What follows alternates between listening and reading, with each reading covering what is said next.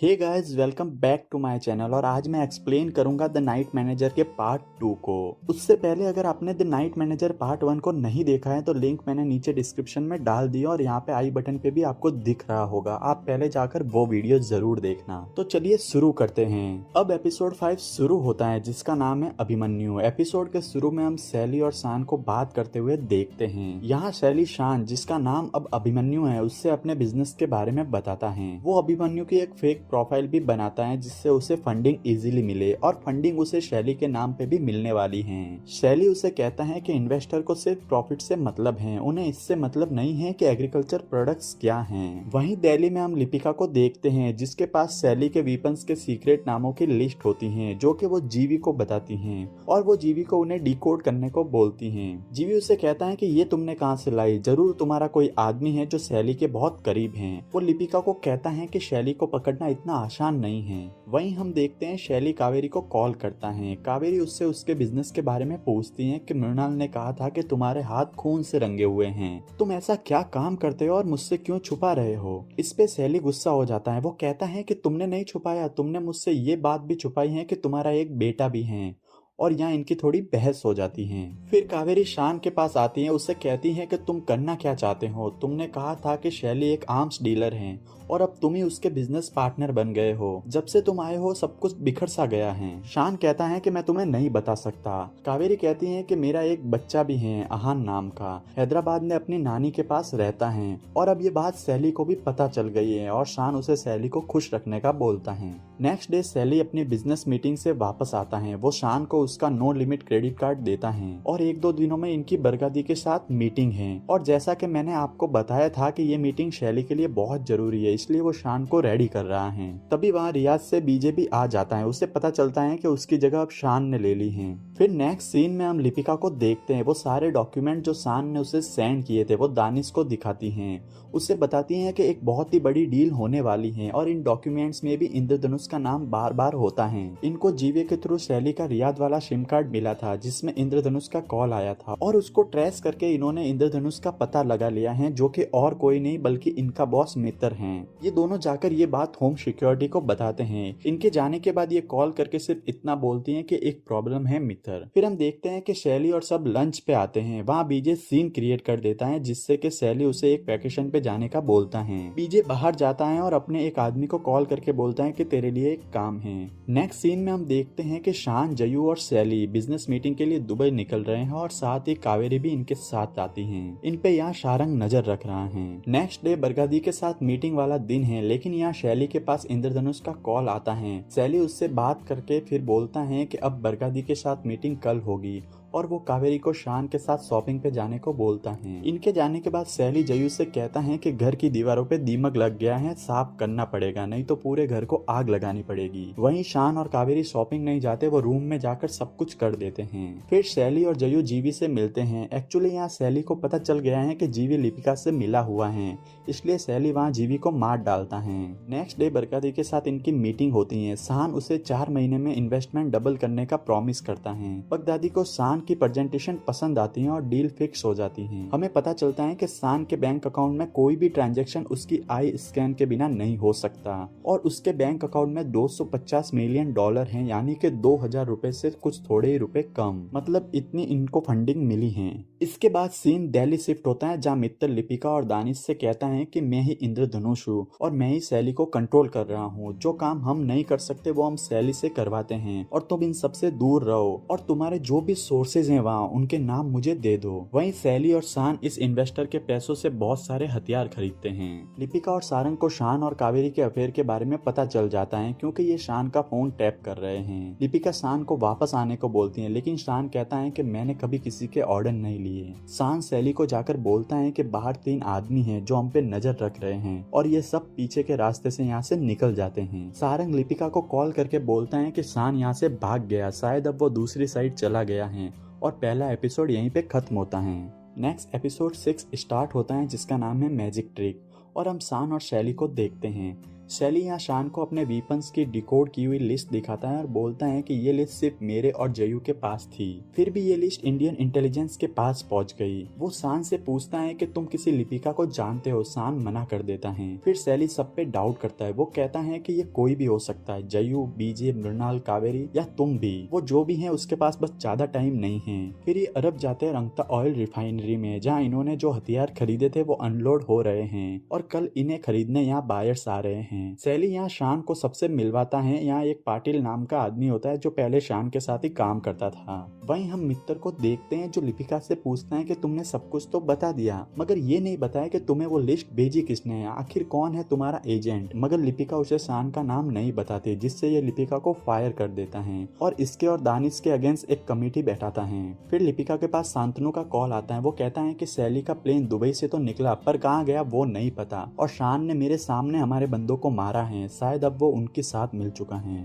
वहीं शैली के यहाँ म्यांमार की आर्मी से कुछ लोग आए हैं। शान और शैली इन्हें हथियारों का डेमो दिखाते हैं जो कि वाकई में बहुत खतरनाक होता है। डेमो पूरा होने के बाद शैली इन्हें बोलता है कि बस अब आप लोगों के फोन कॉल का इंतजार रहेगा। अगले दिन शैली शान को किसी से मिलने लेकर जाता है। वो इन्हें बताता है कि तुम म्यांमार के लोगों के साथ जो डील कर रहे हो वो मत करो, बदले में ये डील मेरे साथ करो, मैं तुम्हें उनसे 50% ज्यादा पैसे दूंगा। शैली बोलता है कि मैं अपनी टीम से डिस्कस करके बताऊंगा। शान इससे पूछता है कि तुम इन हथियारों को यूज कहाँ करोगे। इस पे ये बोलता है कि तुम दुनिया घूमो, बस इंडिया वापस मत जाना, अब इंडिया सेफ नहीं है। शान को डाउट होता है कि कहीं ये टेररिस्ट तो नहीं। अब अगले दिन सारे हथियार शिप में लोड होने के लिए ट्रक में जा रहे हैं। शान उन ट्रक के नंबर लिख लेता है। तभी यहाँ इनकी रिफाइनरी में बीजे और कावेरी आते हैं। कावेरी यहाँ थोड़ा घबराई हुई है। शान उसे देखता है, वो उसके पास जाना चाहता है, मगर तभी शैली यहाँ आ जाता है और कावेरी को यहाँ से लेकर जाता है। यहाँ सबके फोन भी ले लिए जाते हैं क्योंकि शैली इस डील को शेप रखना चाहता है। अब रात को शान इस कैंप के इलेक्ट्रिसिटी वायर्स कट कर देता है जिससे लाइट चली जाती है। वहीं हम शैली और कावेरी को देखते हैं। शैली कावेरी को थप्पड़ मारता है। वो पूछता है कि तुम मेरे बेडरूम वाले ऑफिस में क्यों गई थी, बताओ तुमने वो लिस्ट किसको दी। कावेरी कहती है कौन सी लिस्ट। तभी एक आदमी आकर बोलता है कि चीफ, किसी ने जनरेटर का तार कट कर दिया, और शैली बाहर जाकर देखता है। उसी टाइम यहाँ शान आता है। वो कहता है कि उसने तुम्हारे ऊपर हाथ उठाया, और वो ये भी कहता है कि आई प्रॉमिस, मैं तुम्हें यहाँ से बाहर निकाल के ही रहूंगा। आगे शान बाहर खड़ी गाड़ी से किसी का फोन लेकर वो ट्रक के नंबर वाली लिस्ट लिपिका को भेजता है, पर नेटवर्क ना होने की वजह से वो फेल हो जाता है। वहीं शैली वापस कावेरी के पास जाता है। कावेरी कहती है कि वो लिस्ट की फोटो मैंने ली थी क्योंकि मैं जानना चाहती थी कि आखिर मैं इतने साल से जिसके साथ रह रही हूँ वो काम क्या करता है, पर मुझे नहीं पता था कि इसकी वजह से इतनी प्रॉब्लम हो जाएगी। आगे कावेरी कहती है कि मैंने वो फोटो किसी को नहीं दिखाई और एक हफ्ते में उसे डिलीट भी कर दिया, पर तुम तो जानते हो मैं अपना फोन कहीं भी रख देती हूँ। बीजे ने भी यही कहा था, उसे मेरा फोन मिला था, उसने ही मुझे मेरा फोन ला कर दिया था। और यहाँ बड़ी चालाकी से कावेरी सारा ब्लेम बीजे पे डाल देती हैं। फिर हम बाहर शान को देखते हैं। बीजे भी वहाँ आता है। वो शान को शैली के पास चलने का बोलता है, मगर यहाँ इनकी फाइट होती है और शान बीजे को मार देता है। शैली भी वहाँ आता है। शान शैली से कहता है कि ये फेंस तोड़ के भाग रहा था, मेरे पास कोई चॉइस नहीं थी, इसको मारना पड़ा। शैली कहता है कि ये बात किसी को पता नहीं चलनी चाहिए और बॉडी को ठिकाने लगा दो। अब नेक्स्ट डे ये सब यहाँ से निकल जाते हैं। वहीं हम देखते हैं कि दानिश और लिपिका के अगेंस्ट एक कमेटी बैठी है जो इनसे सवाल कर रही है। तभी लिपिका को मैसेज आता है ट्रक के नंबर वाला। एक्चुअली नेटवर्क आने की वजह से मैसेज सेंड हो गया है। लिपिका दानिश को बोलती है कि आर्मी ट्रक में हथियार लोड करके दुबई पोर्ट की ओर जा रहे हैं। वो दानिश से कुछ करने को बोलती हैं। दानिश कुछ करता है और बोलता है कि यूएस मिलिट्री को पूरी ऑथराइजेशन है रेड करने की। वहीं शैली और सब लोग ट्रक को दुबई पोर्ट के वहां पहुंचते हुए कैमरे में देखते हैं। तभी इनकी ट्रक्स पे यूएस मिलिट्री रेड करती है जिससे सब शॉक हो जाते हैं। पर जब मिलिट्री ट्रक चेक करती है तो उन्हें सिर्फ ऑयल मिलता है। इस पे शैली कहता है कि ये था मेरा मैजिक ट्रिक। वहीं लिपिका दानिश से कहती है कि मैं अब उसका नाम कल कमिश्नर को दे दूंगी, सब खत्म हो गया है। शैली शान को बताता है कि मुझे जितने आर्म्स डेमो में दिखाने थे मैंने उतने ही अनलोड करवाए थे, बाकी सारे आर्म्स अभी भी इंटरनेशनल वाटर पे किसी शिप में हैं। इंडियन इंटेलिजेंस मुझे छू भी नहीं सकती और अब हम भी वहीं जा रहे हैं जहां वो आर्म्स जा रहे हैं। शान कहता है म्यांमार। मगर अगले दिन ये लैंड करते हैं ढाका में और उसी होटल में रुकते हैं जहां सफीना को मारा गया था। शान को सब पुरानी यादें वापस आती हैं। वहीं हम देखते हैं कि शैली का एक आदमी लिपिका और उसके हस्बैंड के ऊपर अटैक करता है। वो लिपिका से उसके एजेंट का नाम पूछता है, मगर लिपिका किसी तरह उसे मार के बच जाती हैं और ये एपिसोड यहीं खत्म होता है। फिर एपिसोड 7 स्टार्ट होता है जिसका नाम है इमरती। यहाँ शैली और शान सबके साथ होटल में आते हैं। शान को जब उसका पुराना दोस्त लॉस्कर दादा उसे देखता है वह एकदम शॉक हो जाता है, जिसको शैली भी नोटिस करता है। शान उसे इशारा करता है और फिर अलग जाकर उसको बताता है कि मैं तुम्हें बाद में बताऊंगा ये सब। शान इसे एक नंबर पे कॉल करने को बोलता है। ये नंबर लिपिका का होता है। शान फोन करके बोलता है कि सफीना से बात हो सकती है क्या। सफीना को बोलना कि हम सब वही हैं जहाँ से ये सब कुछ स्टार्ट हुआ था, बस तुम्हारी ही कमी है। फिर सैली शान को फ्रेडी से मिलवाता है। फ्रेडी शान को देख के बोलता है कि मैंने तुम्हें कहीं तो देखा है, शायद हम पहले कहीं मिले हैं, मैं श्योर हूँ। पर शान बोलता है कि नहीं ऐसा नहीं है और ये बिजनेस की बात करने लग जाते हैं। वहीं हम लिपिका को हॉस्पिटल में देखते हैं। वो मित्र से कहती है कि शैली ने आपके एजेंट पे अटैक करवाया, इसका मतलब वो आपका वफादार नहीं है।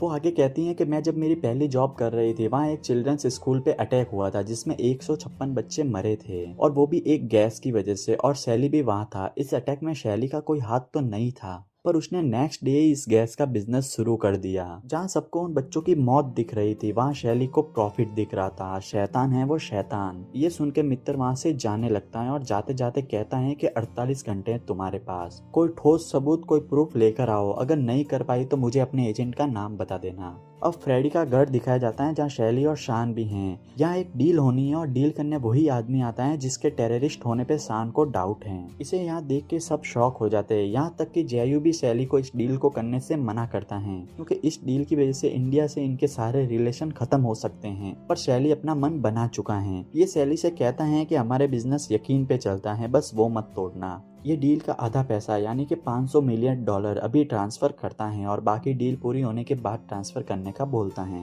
फिर ये होटल जाते हैं जहाँ लिपिका और शारन भी आते हैं। शान इनसे मिलता है, इनके रूम में जाता है। लिपिका उसे बताती है कि शैली ने मुझ पे अटैक करवाया था, वो तुम्हें भी मार सकता है, इसलिए केयरफुल रहना। शान इससे कहता है कि शैली देश के दुश्मनों के साथ डील कर रहा है, वो सारे आर्म्स इधर ही हैं ढाका में, लेकिन कौन सी जगह पे है ये मुझे नहीं पता, हमारे पास बस आज रात का टाइम है ये पता करने का। वहीं शैली के रूम में लॉस्कर दादा आते हैं जो कावेरी से कहते हैं कि शान का मैसेज है, उसे लॉकर का कोड चाहिए। कावेरी कहती है कि वो कोड तो सिर्फ शैली को पता है, मगर मैं पता करके बताती हूँ। फिर कावेरी अपना नेकलेस लॉकर में रखने के लिए शैली से कोड पूछती है, मगर शैली उसे कोड नहीं बताता। वो कहता है कि मैं खुद रख लूंगा और जब तुम्हें चाहिए तुम ले लेना। और जब शैली उस नेकलेस को लॉकर में रख रहा होता है तो कावेरी कोड देख लेती है। अब ये सब होटल के कसिनो में जाते हैं जहाँ फ्रेडी शान से कहता है कि मैं बहुत श्योर हूँ, मैंने तुम्हें कहीं तो देखा है, बस याद नहीं आ रहा, मगर याद जरूर आएगा। यहाँ लॉकर का कोड कावेरी किसी तरह शान को बता देती है और शान लिपिका को वो कोड मैसेज कर देता है। लिपिका लॉस्कर दादा की हेल्प से शैली के रूम में जाती है। वहीं शैली जयू से कहता है कि आज मुझे कुछ ठीक नहीं लग रहा है, कुछ ऑफ सा लग रहा है। यहाँ कावेरी भी शान से कहती है कि शैली को मुझ पे शक है, वो हमेशा मुझ पे नजर रखता है। तभी फ्रेडी नशे में यहाँ सीन क्रिएट करता है। शान कहता है कि मैं इसे देख लूंगा, आप लोग जाओ, और वो फ्रेडी के साथ उसके घर आता है।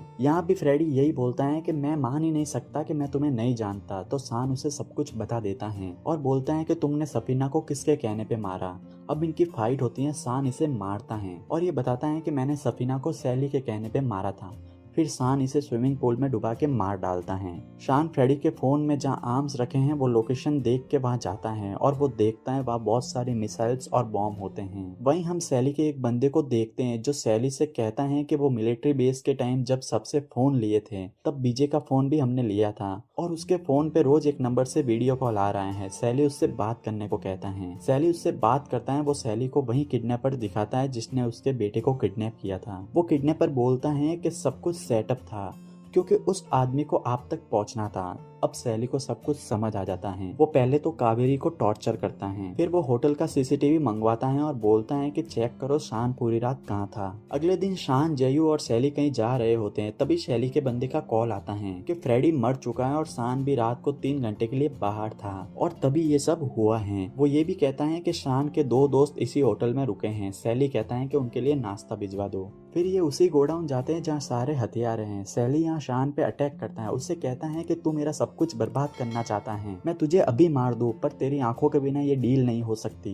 वो कहता है कि अगर तू कावेरी और लिपिका को जिंदा देखना चाहता है तो जो मैं बोलता हूँ वो कर। फिर यहाँ वही टेररिस्ट आता है डील फाइनल करने को। वो बाकी का पैसा भी ट्रांसफर करता है, लेकिन इस बार शान की आंख से ये अकाउंट एक्सेस नहीं होता। तब हमें पता चलता है कि जब लिपिका वो लॉकर खोलने गई थी तो उसने स्कैनर बदल दिया था और ये एक नकली स्कैनर है। और शान ने यहाँ बहुत सारे कंटेनर्स में एक्सप्लोजिव्स छुपाए हैं जिसको फटने में सिर्फ 6 मिनट बाकी हैं। ये सब देख के ये बंदा सैली से अपना पैसा वापस मांगता है और इसको बोलता है कि अभी तो मैं जा रहा हूँ, जल्दी मुलाकात होगी, तुम मुझे जानते नहीं। फिर सैली शान से कहता है कि ये सब रोक दो, मैं तुम्हें $500 मिलियन दूंगा। चलो $600 मिलियन दूंगा। शान कुछ नहीं बोलता तो ये कहता है कि चलो डील का 80% यानी कि $800 मिलियन तुम्हारा, बस इस बॉम्ब को डीएक्टिवेट कर दो। फिर भी शान कुछ नहीं बोलता जिससे सैली कहता है कि आखिर तुम्हें क्या चाहिए। तो शान कहता है कि वो हर चीज जिससे तुमको इश्क है उसे खोते हुए देखना चाहता हूँ, तुम्हारी लंका को जलते हुए देखना चाहता हूँ। अब बॉम्ब को फटने में सिर्फ 1 मिनट बाकी है तो सब यहाँ से निकलते हैं और 1 मिनट बाद सब कुछ तबाह हो जाता है जिससे सैली शान को गन पॉइंट पे लेता है।